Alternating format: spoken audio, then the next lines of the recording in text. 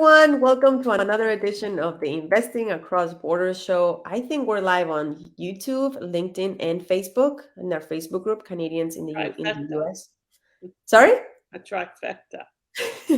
Yeah, sometimes things happen. So I'm just glad that we're in all of our channels. So today we have Lauren Cohen and Rachel Silver Cohen. So we have No, we're um, not Are related. we related? We may be related somewhere down the road, but we don't know about it. So as you're saying that, I'm thinking, yeah, we're not related that we know of. But we're right. sisters now, so We are definitely we sisters. are. There's no question about that. And as soon as you meet Mary, she will also be your sister. She has not been on the trip yet, but we'll talk further about that in a moment. Yes, we actually Yes. talked about this when we were waiting for you. But so we're here because as you everybody knows, we were posting pictures and videos of Lauren in Israel a few weeks ago, and it was such an amazing trip that we decided to do this because she thought what a great idea to bring in a little bit of what she learned and apply it to what we do here. So that's why Rachel is here. So thank you so much for being here. And Lauren, thank you so much for joining us today. Um, so everybody knows Lauren Cohen, Investing Across Borders expert. She's the one who runs the show, even though she doesn't come to our show a lot. No. Um, But I do show up and make comments. That's very yes, important. So I engage. I just don't always show up here. exactly. And I like to introduce Rachel Silver Cohen, who is going to talk to us about applying the values of momentum to build momentum in your business. So, Rachel, thank you so much for being here. And please tell us a little bit about yourself. Well, thank you, Mary. I'm so happy to be here. And Lauren, thank you for even asking me to participate. I'm thrilled. And anyone who wants to ask me questions and get my opinions on things, something certainly as important as momentum is, I would stop my day, and I'm happy to be here. So thank you for having me, and to your viewers out there, thank you for indulging me in this half hour. So my name is Rachel Silver Cohen, and I'm originally from New Jersey. I've been here in Florida, South Florida, for now what seems like a lifetime, but I have two teenage boys and I've raised them here since they're infants. So I guess I'm a Floridian. Even though my blood is still a northerner at heart. I many years ago started a way to kind of just express myself with a blog, which that's like, I guess, what was up and coming back then, maybe 10, 12 years ago, called Silver Unpolished. Silver is my maiden name, although I never lost my maiden name. It's a part of me. It has stuck with me through my marriage, now through my divorce. And I was writing about all types of topics, from parenthood to child rearing, to marriage, to friendship, to working, to not working, et cetera, et cetera.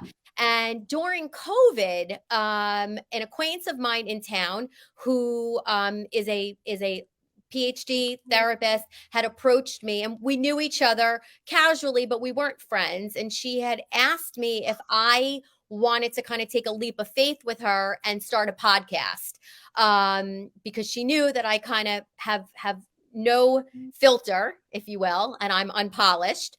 And I said yes. And we weren't really sure what it was going to be, but I wanted it to kind of, my one prerequisite was that it would kind of dovetail off of my blog, and that we would take the kind of things I was writing about, but now we would bring it to life and make it three-dimensional in this podcast verbal forum.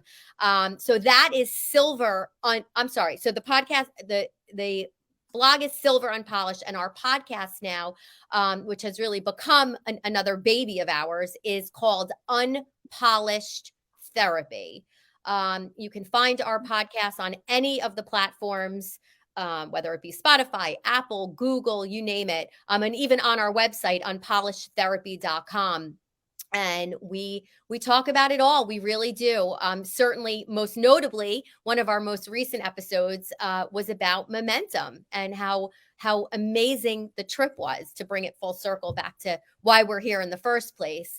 The trip was momentous, for a lack of a better word, but also obviously to tie in the momentum and the momentous event that was, right, Lauren? 100%. That's about the only word that we could use for it. And I think it was equally as momentous for those that have been to Israel many times and spent extensive amounts of time there and call it a second home, like me, and those that had never been there before, like Rachel. And Correct. it was not just about the land, although that was a huge part of it, but it was about the connections between these 26 women that most of whom had never met before or just met to get ready for the trip. And Exactly. I mean, Rachel, for example, had a roommate also named Rachel that she didn't know previously. So We had known each other, very, very, very peripherally. I could count on one hand how many times we were really in each other's company, and less than that, how much we actually engaged with one another verbally. And I have to tell you though that I feel strongly that part of the ideology of momentum is just that. I don't believe at all that the infrastructure of the trip is one where you get a bunch of your friends together and you fly across the world and you have this experience with your besties. I think that one of the reasons why the trip works so well is because the way that they group women together, and not just our immediate group, Lauren, no, right. of our local women here in Boca, but the group collectively, the 600 women that were there while we were there.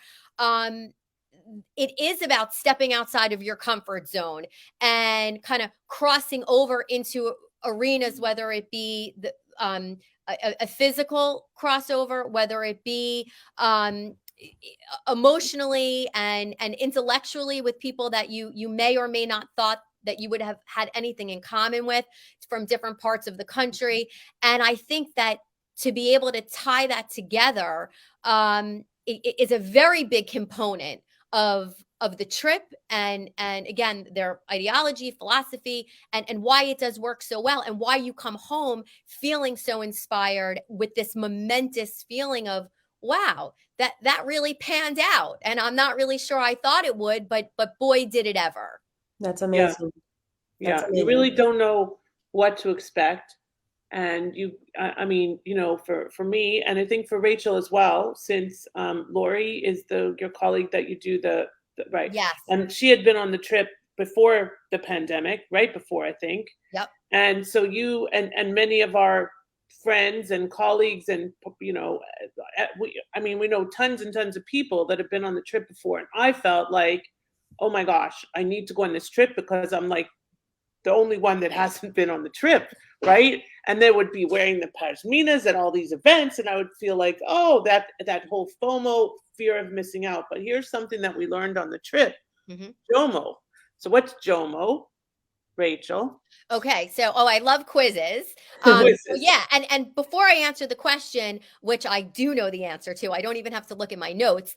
But I want to point out even the paradox between your reason for wanting to finally go and mine. That in and of itself was completely different. Lauren just said she wanted to go because all of her friends had gone and it looked so fabulous. And I know, of course, your love for Israel because it's a second home to you.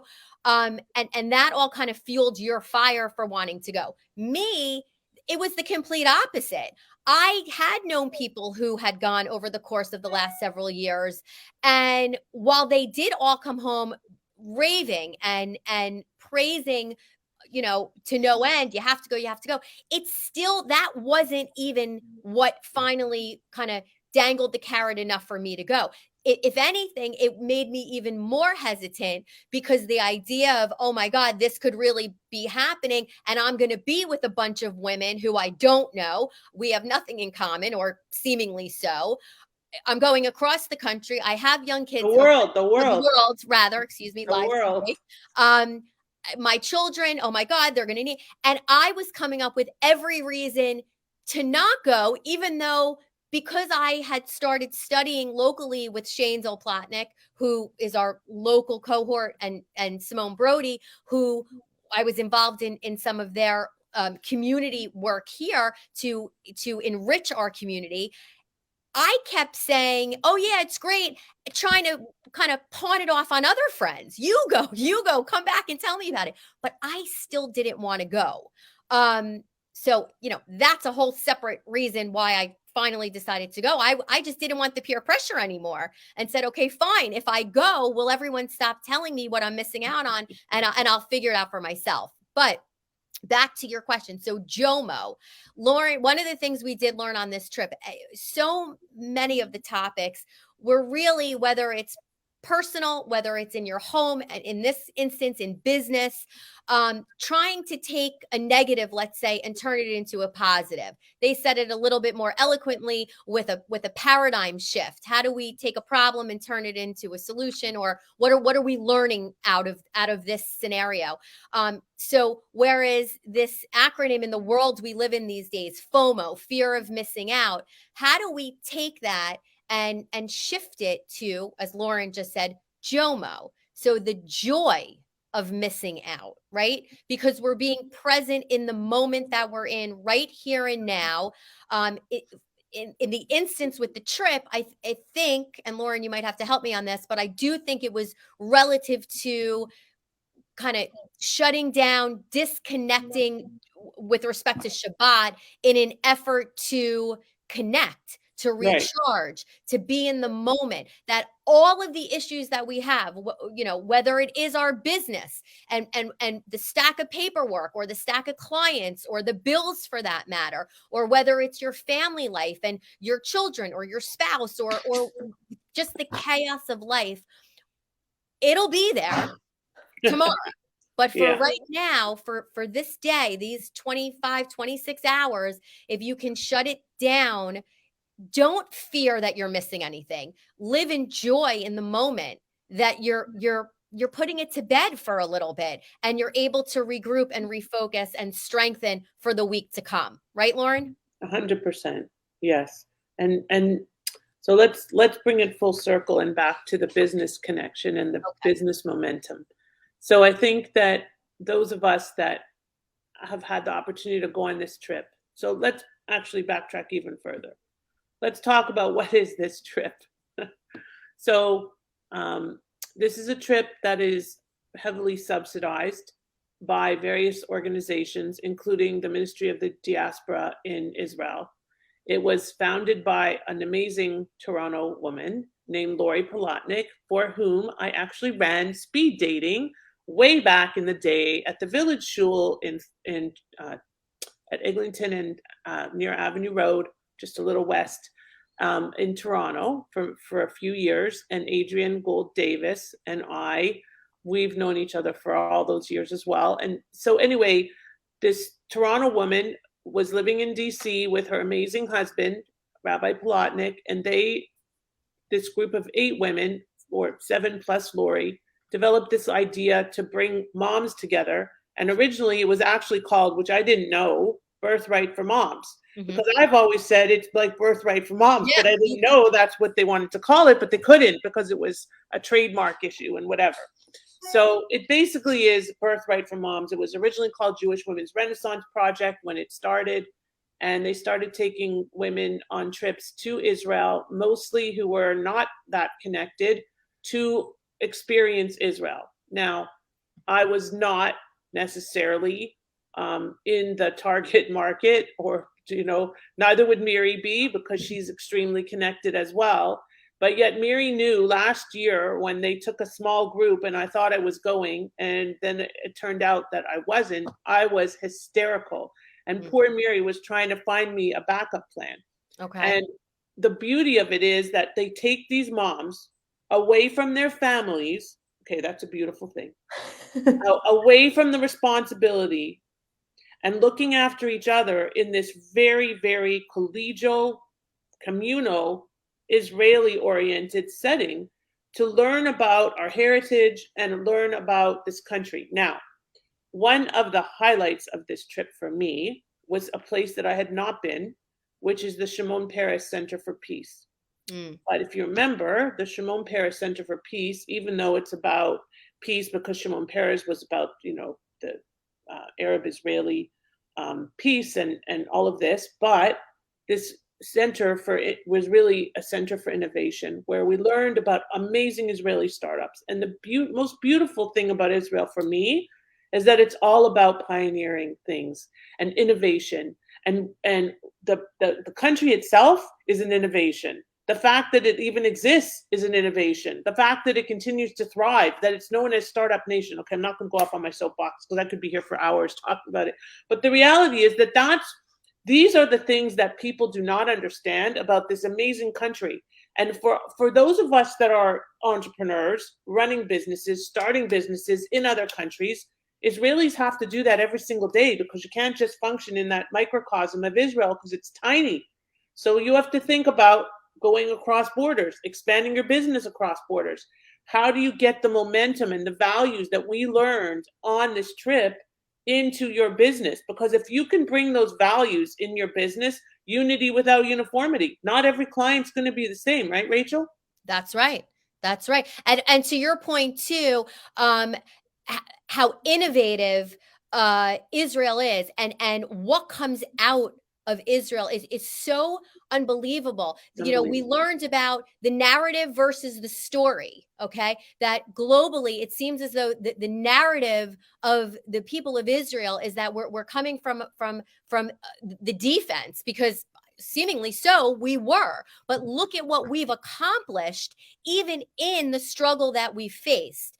And that is what's so spectacular. So the innovative minds of the people in Israel, and what they've created and have defied the odds where other people potentially in other countries might have thrown the towel in. These people have not given up. And even within those constraints and the confines of what they had to work with, they persevered and they stuck with it. And they are as successful can be. And how proud. So to your point with business, to take any one of these values, and I think those 4 prongs, Lauren, was, you know, connecting to your Jewish values, engaging with Israel. Maybe in this case, you know, well, how can I engage with Israel if I'm here?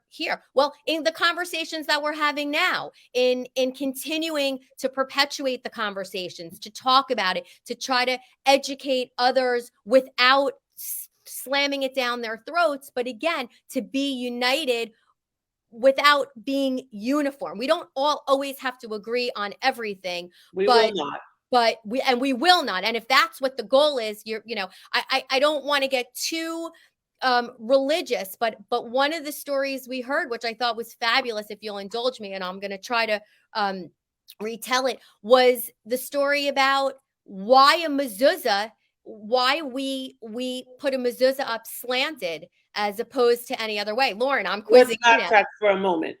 Okay. So, Mary, you want to tell, since poor Mary has just been silent, she's not used to that. No, it's okay. Mary, this is great. What's a mezuzah, so that everybody knows what the heck it is, please? Sure. So a mezuzah is a piece of prayer that is wrapped in a very special way by a rabbi who has to actually write a prayer, which is usually the Shema. Shema is like the main prayer for Jewish people. It's basically like we say it every morning and every night, and it's the most important number 1 prayer. Right. So there's a lot of laws into specifically what the rabbi is supposed to be doing so that it's considered kosher or fit. And it has to be wrapped, and then it's put into like plastic or metal or something nice that you want to hang. And that's something that you're supposed to put in the doors of all of your doors in your household. So it can be an outside door coming in, or it can be a door coming into from a room to a room. So there's a very specific details as to what doors, why not the bathroom door, for example, why not a closet door? So it's pretty much so that God will protect you and will bless your home by having a mezuzah. And there's been times when, if something happens in your life, sometimes you want to check the mezuzah just to make sure that everything is still kosher. And sometimes they find things in there that it could have contributed to a misfortune happening in your life. So that's why it's important to always check them every few years. And it's important to buy them from people who actually know what they're doing so that they can be kosher. But that's pretty much what a mezuzah. And it derives from when Moses, when they the Jews were leaving Egypt, and they would paint the doorposts with blood for the Jewish families so that they wouldn't destroy the children of those families when they were slaying the firstborn. So just to give you some flavor about what this whole thing, this mezuzah, the things you see on doors is about, it's not just a fancy little thing. It's not the cover. The cover is just the cover. It's the prayer inside. And a lot of people don't realize that. So Rachel, why do we put them on a slant? Yeah. So we put them, and I another metaphor would also be like, it's sort of like the scroll inside. That's the soul. The outside That's is right. just, the makeup and the hairdo. Right. But why do we put it on the slant? So this is something that I would not have known this, but we put it on the slant back to how, especially in business, that we have to compromise that. And again, forgive me if I'm a little rough around the edges, but you'll get the point that the wise rabbi from centuries ago, he and his grandson were discussing the mezuzah, and the rabbi said, I think we should put the mezuzah flat, because when we carried the commandments or the Torah, we held it like this. And the grandson said, I don't know. I think that we should put it straight up and down, because that's our direct connection to God. I think we should do it that way. And maybe it was vice versa. Maybe the grandfather said this way and his grandson said that way. Lo and behold, they said, you know what? We can agree to disagree, or we can agree to compromise. And why don't we do both? And we'll put it on the slant. And even when I say it, it gives me chills, because it's such a beautiful thing. And that is how I feel we can translate these messages, all of these Jewish values, into every aspect of our life, most notably now in business, if that's what we're talking about today. Compromise, to think outside of the box a little bit, to not just come in hard, and land your point, and it's your way or the highway, to really be innovative. That's awesome. That's really cool. I mean, there's a lot of examples like that in Jewish culture. And I think, we live in a world right now, because we're so far from the source, and we have a lot of options of how to be a Jewish person nowadays, whether people agree with it or not, that right now it's really just about, like what you're saying, finding the middle ground or whatever fits your life the best. And That's right. always remembering your values, and always remember and who you are.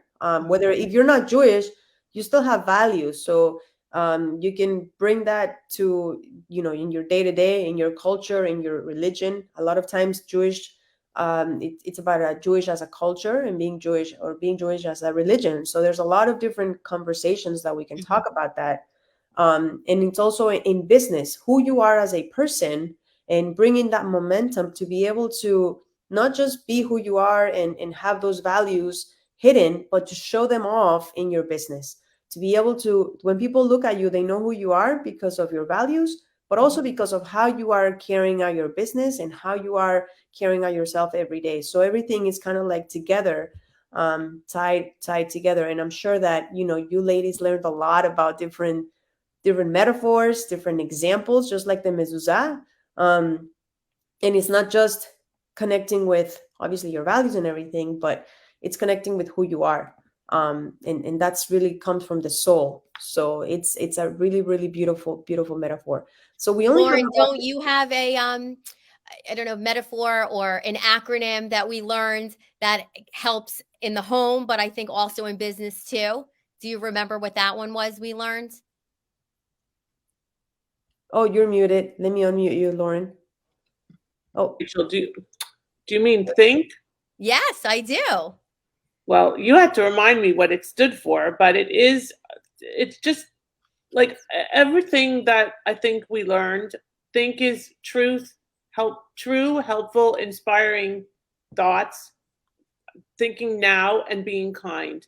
And at the end of the day, being kind is always going to govern, because if you come from a place of kindness, you're always going to be on the winning side of things, okay? Even if it takes a little longer, because sometimes kindness matters always, but sometimes it doesn't get you to the finish line as quickly, and that's okay.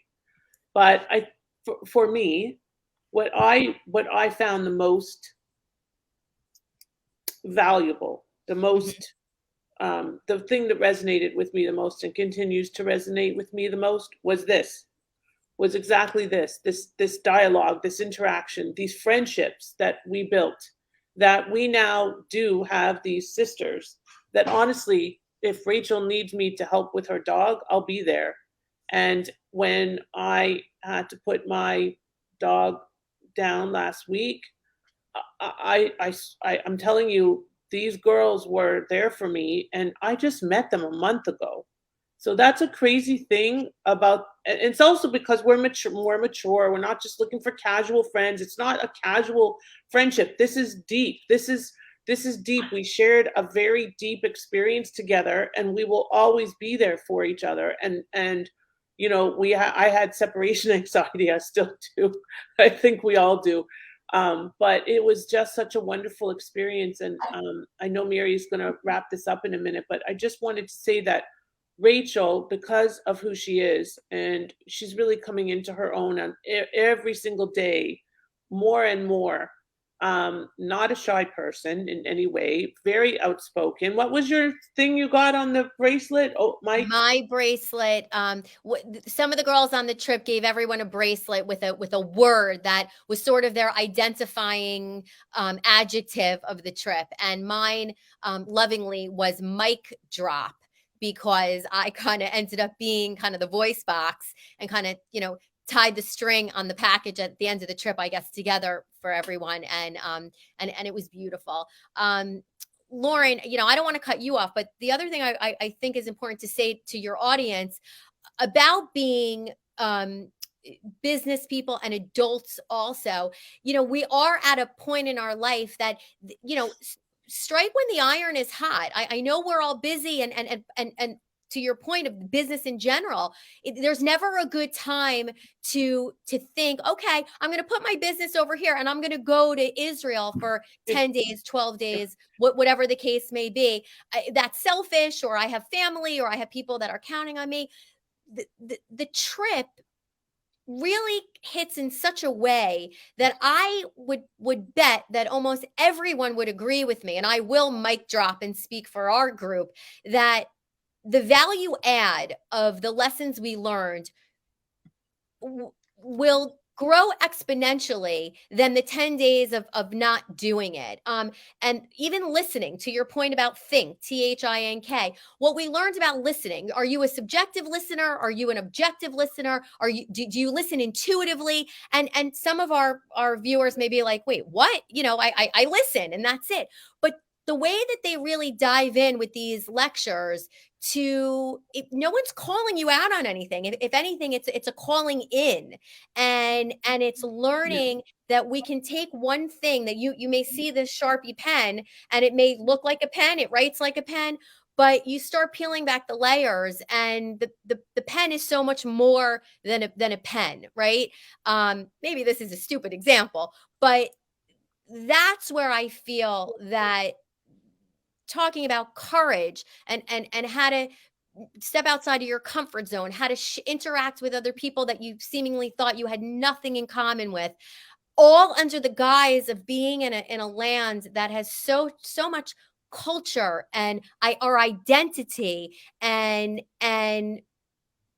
we're here to absorb it all, and then of course bring that home and carry on these conversations and encourage others to grow and learn and evolve and share. And if that doesn't help your business, I don't know what can.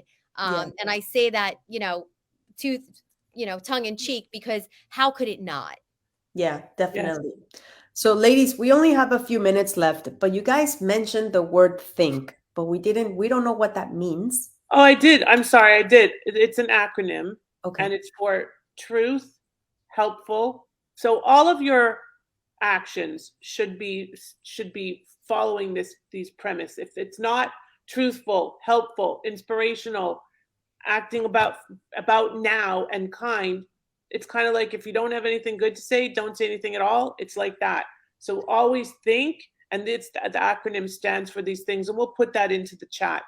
True, helpful, inspiring, now, current, and kind. Yeah, and I think it does apply across borders. Okay, borders in this case being business, family, friendship, your own personal growth. But before you just, spew out something because you think that what you have to say is better than anyone else, kind of take a beat for a minute. Think about it first. I'm going out of turn, but the now, like the end now. Do I really need to say this now, or should I take a minute? Should I listen a little bit more before I spit out, what my opinions are? If is what I'm going to say, am I inspiring the other? Is it insightful, or am I just hearing myself talk to hear myself talk? Right. And then the K, of course, to Lauren's point, being kind. Is what I'm going to say ultimately going to come out with grace, or am I just sticking it to the other person? Again, whether it's your business partner, whether it's your client, whether it's, the UPS man that comes to your door, whoever it is. And of course, family, friends, your children, all of that too. It's all inclusive. And I think that is truly where the value lies, that the being able to learn and grow and cross those borders, business, pleasure, and everything in between. That's awesome. Well, thank you, ladies. This has been amazing. I think, Gail, thank you for watching. And Natalie, you guys were the ones who are actually messaging. But at one point, we had like 12 or 15 people at the same time. So by the way, Gail's going to be getting you on her podcast. I told her about you this morning, Rachel. There you go. Cool. I love it. And just for my own selfish or selfless, depending on which way you're looking at the paradigm. For those of you who are watching, I would love for you to jump on at any point in your free time and head over to Unpolished Therapy, which is my podcast with Dr. Lori Feynman. We cover a whole range of topics, the subliminal to the sublime. We laugh, we cry, we do it all. And we always welcome new listeners. And I'm thrilled, Mary. Thank you for inviting me. And Lauren, we have the same last name. We may not be related by blood, but we're related by our sisterhood now, for sure. Absolutely. Thank you so much. Thanks, everybody. We're going to end the broadcast for today, but we'll see you here next week. Not quite as exciting and fun as Rachel, but we're going to have an amazing guest. So we do have a guest in the next 3 weeks, Lauren. So it's going to be really great. Awesome. So thank you, Mary, as always. And I'll let you sign off since this is your show. All right, guys. So we'll see you next week. It's usually at 12:30. Okay. Thursdays. This is when we're here. And we have 3 guests lined up in the next few weeks to close out the year strong. So if you need any help with investing across borders, you know who to call. Schedule a consult, because this is really the time to act right now. We're having a webinar on December 14th. And those are the top 10 reasons why you need to invest right now. And if you need answers right now, just schedule a consultation. I think one of our members just put the link in their Facebook group, investingacrossborders.net/consult. Okay. So we'll see you next time. If you have any questions, let us know. And we're here to serve. We're here to help you invest across borders. And we'll see you next time. Bye-bye. Thanks, Ray. Bye, guys. Thank you so much. Bye.